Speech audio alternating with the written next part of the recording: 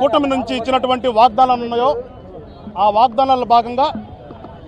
ముఖ్యమంత్రిగా ప్రమాణ స్వీకారం చేసి సచివాలయంలోకి వెళ్ళి కూర్చున్న మరుక్షణమే కూటమి అభ్యర్థి అయినటువంటి చంద్రబాబు నాయుడు గారు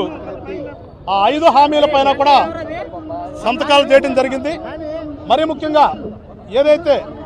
గత 5 సంవత్సరాల కాలంలో కూడా యువతకి ఉద్యోగం అనేది లేకుండా చేసినటువంటి ఘనత దక్కించుకున్నటువంటి ఆయన జగన్మోహన్ రెడ్డి గారు ఎవరైతే ఉన్నారో రావడంతో మెగా డిఎస్సికి తొలి సంతకం అని చెప్పిన దాన్ని అమలుపరుస్తూ 16,000 పైచులకు ఉపాధ్యాయ పోస్టులకి నోటిఫికేషన్ కూడా జీవో కూడా ఇవ్వడం జరిగింది. దానికి అనుగుణంగా ఇవాళ గుంటూరు జిల్లాలోని గుంటూరు పట్టణంలో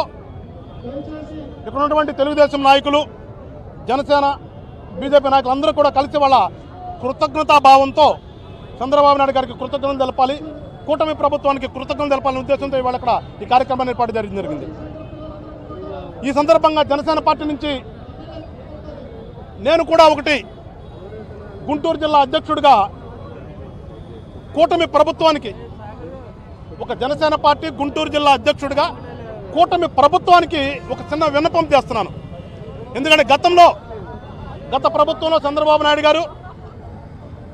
కాపు సామాజిక వర్గానికి ఇస్తానన్నటువంటి రిజర్వేషన్ గురించి మాట్లాడే సందర్భంలో అప్పుడు రాజ్యాంగపరంగా కుదరదు కాబట్టి సెంట్రల్ గవర్నమెంట్ ఇచ్చినటువంటి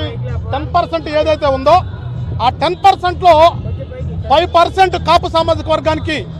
ఇస్తానని చెప్పేసి ఒక బిల్లు కూడా పాస్ చేశారు అసెంబ్లీలో. కానీ దురదృష్టవశాత్తు తర్వాత వచ్చినటువంటి ప్రభుత్వం దాన్ని క్యాన్సిల్ చేసింది. ఇప్పుడు నేను ప్రభుత్వాన్ని కోరేది ఏంటంటే ఏదైతే డిఎస్సి రిలీజ్ చేశారో మీరు ఈ డిఎస్సిలో నోటిఫికేషన్ ఇచ్చే ముందే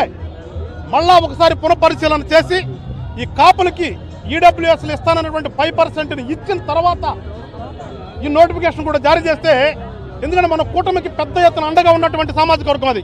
ఆ సామాజిక వర్గానికి మేలు చేసిన వాళ్ళు అవుతాము,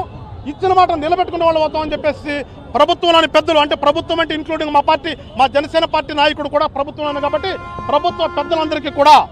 ఈ యొక్క విన్నపాన్ని మీరు పరిశీలన చేయండి అని చెప్పేసి జనసేన పార్టీ నుంచి కోరుతూ ఉన్నాను. మరి ముఖ్యంగా కూటమి అభ్యర్థులందరికీ కూడా మరొకసారి కృతజ్ఞతలు తెలియజేస్తూ ఈ రోజున ఈ కార్యక్రమాన్ని ఏర్పాటు చేసినటువంటి కూటమిలో ఉన్నటువంటి జనసేన, తెలుగుదేశం, బీజేపీ నాయకులందరికీ కూడా పేరు పేరున ధన్యవాదాలు చెప్తూ రానున్నటువంటి రోజుల్లో ఇదే స్ఫూర్తితో ప్రజా రంజక పరిపాలన చేద్దామని చెప్పేసి అందరికీ తెలియజేస్తూ జై జనసేన, జై తెలుగుదేశం, జై బీజేపీ, జై హింద్.